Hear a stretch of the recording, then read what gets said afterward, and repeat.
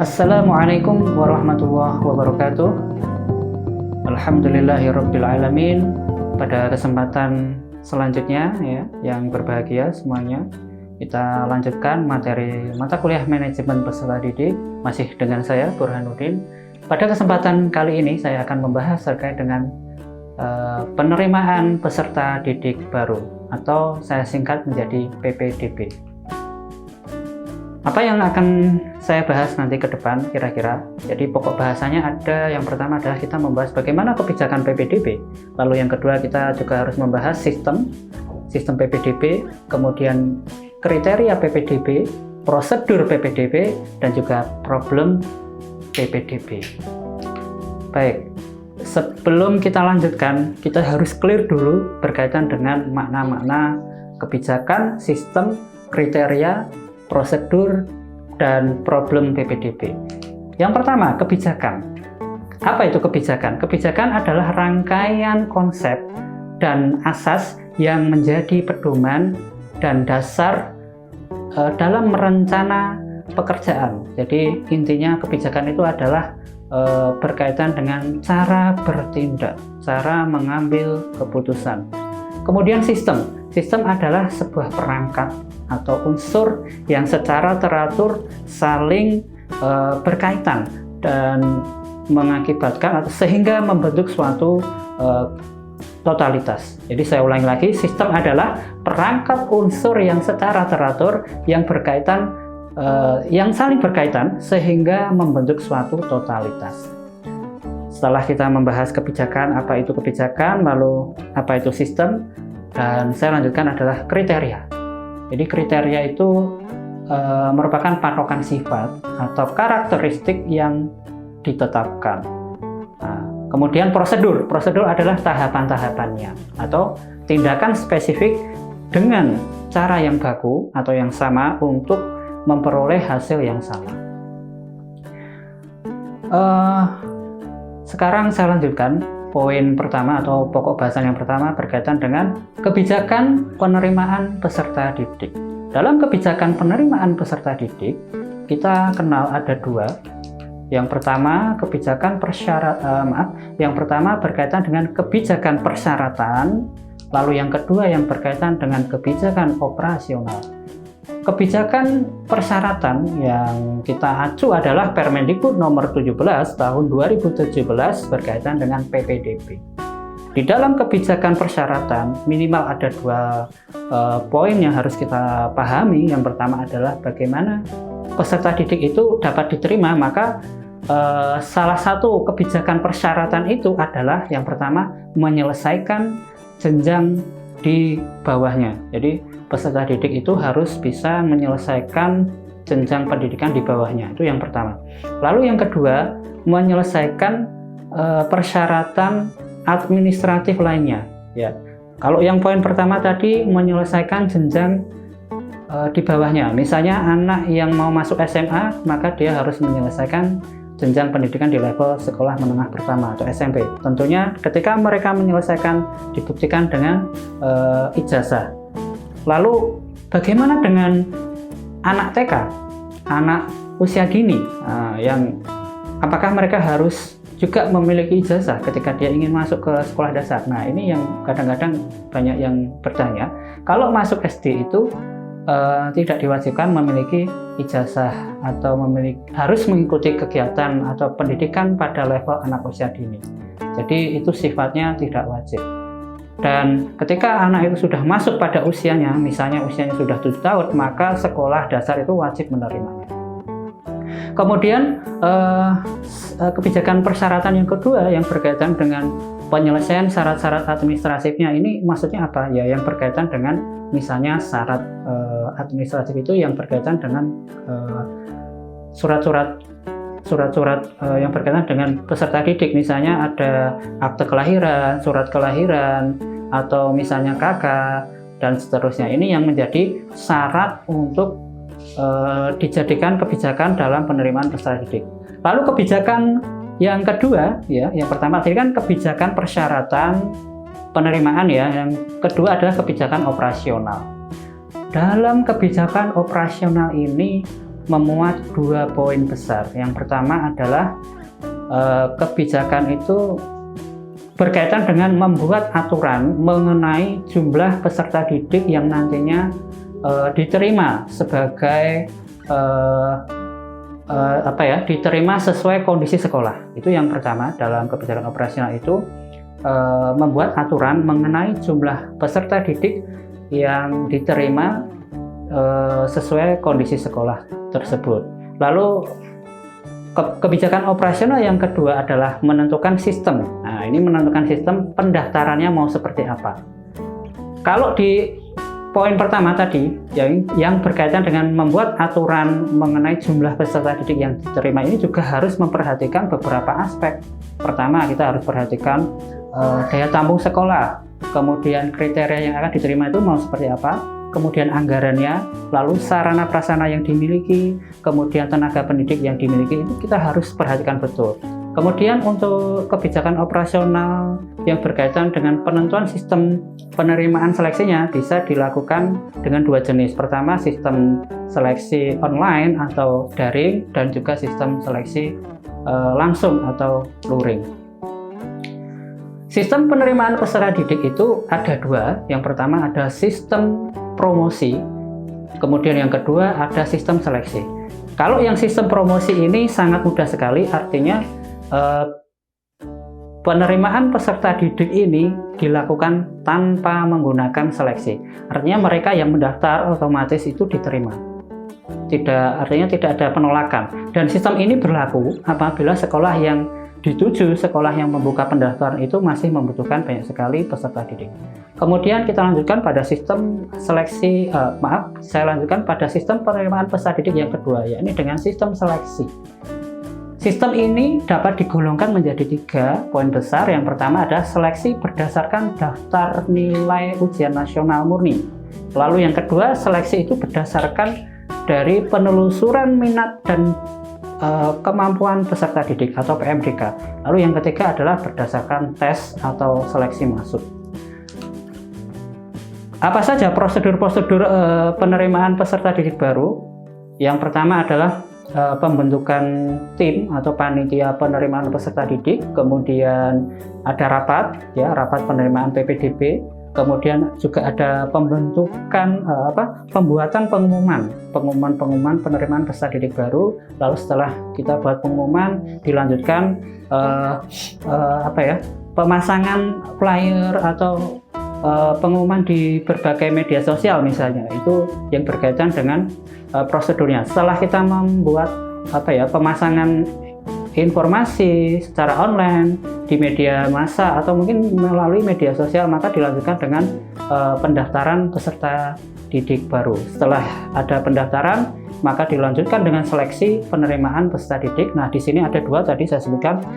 Seleksi itu bersifat ada yang seleksi administratif, kemudian juga seleksi yang bersifat akademik. Kalau akademik tadi tes, yang administratif mungkin yang berkaitan dengan data-data pokok yang dimiliki oleh peserta didik itu, baik dari usia maupun latar belakang yang lainnya. Kemudian prosedur selanjutnya adalah melakukan rapat penentuan peserta didik yang nantinya akan diterima. Dilanjutkan dengan pengumuman hasil penerimaan peserta didik, artinya di sini diumumkan siapa yang diterima, lalu yang terakhir ada pendaftaran ulang. Nah, ini yang cukup menarik dari pembahasan berkaitan dengan topik PPDB adalah apa saja sih problem yang dihadapi ketika penerimaan peserta didik baru.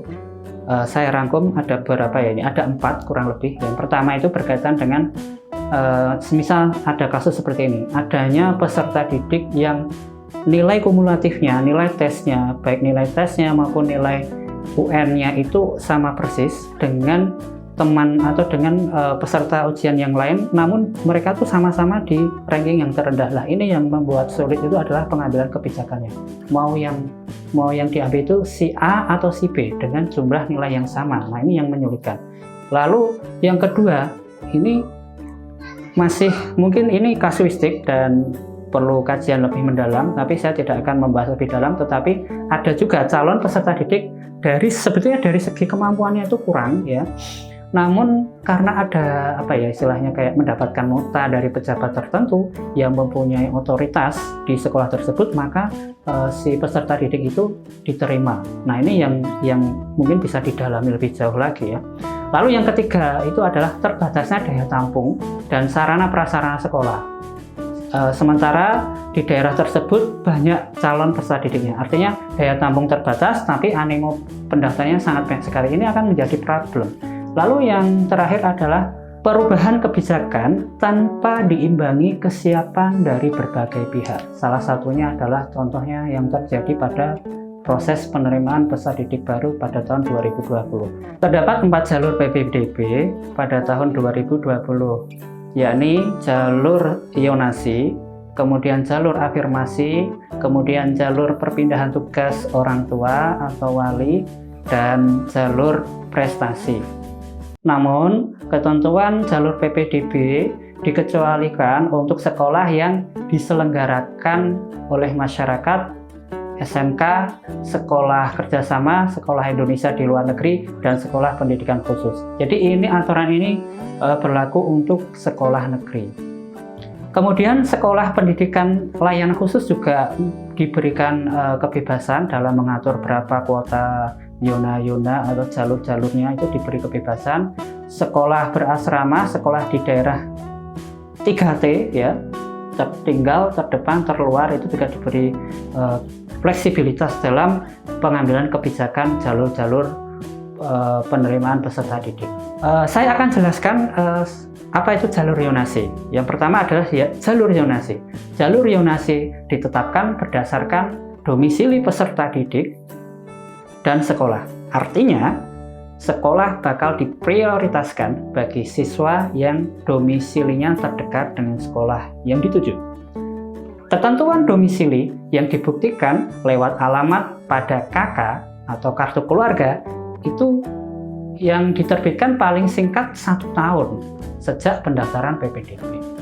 Kemudian peserta PPDB yang memilih jalur zonasi ini bisa melakukan pendaftaran jalur afirmasi ataupun jalur prestasi di luar wilayah zona domisili. Lalu tiap sekolah ini diharuskan menerima paling sedikit 50% dari daya tampung melalui jalur zonasi ini. Penetapan wilayah atau zonasinya itu dilakukan masing-masing pemerintah daerah. Jadi pemerintah daerah diberikan otoritas oleh pemerintah pusat di bawah naungan Kemdikbud untuk mengambil kebijakan terkait jalur zonasi ini, itu diserahkan kepada daerah. Sehingga tidak heran ketika kemarin misalnya di daerah Pemprov DKI terjadi sengkarut ya berkaitan dengan sistem zonasi, sistem jalur-jalur ini, ya memang terjadi demikian karena kuota untuk peserta didik yang berprestasi ini kalah, atau istilahnya itu tidak diprioritaskan karena lebih memprioritaskan pada aspek usia. Jadi perankingannya itu berdasarkan usia. Lalu yang berprestasi mau dikemanakan? Yang berprestasi kalau usianya masih kurang, maka dipersilahkan untuk mendaftar ke misalnya sekolah swasta atau menunggu sampai mungkin usianya sudah mencukupi. Lah ini kan yang menjadi problem. Mungkin taunya orang tua ketika sekolah itu ya harus pandai. Kalau sekolah rajin, punya prestasi, nanti masuk sekolah favorit itu gampang. Tapi untuk saat ini pemerintah memberikan pemerataan pendidikan melalui kebijakan-kebijakan yang terbaru, maka yang diprioritaskan adalah variabel usia. Jadi tidak hanya variabel prestasi saja, tapi yang diperhatikan adalah variabel usia. Karena apa? Ternyata ketika menggunakan patokan pada variabel prestasi, biasanya yang tersingkirkan adalah mereka anak-anak dari golongan, dari ekonomi yang kurang. Yang ketiga, ada jalur perpindahan tugas orang tua atau wali, atau sering disebut dengan jalur mutasi. Pada jalur ini, siswa yang mendaftar lewat jalur perpindahan tugas orang tua atau wali harus menyertakan surat penugasan dari instansi, lembaga, atau kantor, atau perusahaan orang tua yang bersangkutan. Lalu selain untuk siswa itu selain untuk siswa perpindahan orang tua wali, jalur ini juga bisa digunakan untuk anak guru. Tiap sekolah diberi kuota, paling banyak itu menerima 5% dari daya tampung melalui jalur ini. Jadi hanya 5% saja maksimal. Dan jalur yang terakhir ada jalur prestasi. Pada jalur prestasi dapat ditempuh menggunakan nilai ujian sekolah atau ujian nasional. Karena tahun ini tidak ada ujian nasional, maka dapat digunakan nilai ujian sekolahnya. Kemudian bisa digunakan untuk penunjang adalah hasil perlombaan atau piagam-piagam penghargaan di bidang akademik maupun non-akademik. Karena ujian nasional ditiadakan tahun ini, siswa bisa menggunakan nilai ujian sekolah atau akumulasi nilai rapor. Jadi pada jalur prestasi ini pastinya dibuktikan dari berbagai hasil perlombaan atau dari hasil penghargaan-penghargaan yang didapatkan atau diraih oleh peserta didik. Nah, hal tersebut atau bukti atas prestasi itu diterbitkan paling singkat 6 bulan. Adapun kuota pada jalur prestasi diambil dari sisa kuota jalur yonasi, jalur prestasi, dan juga jalur mutasi.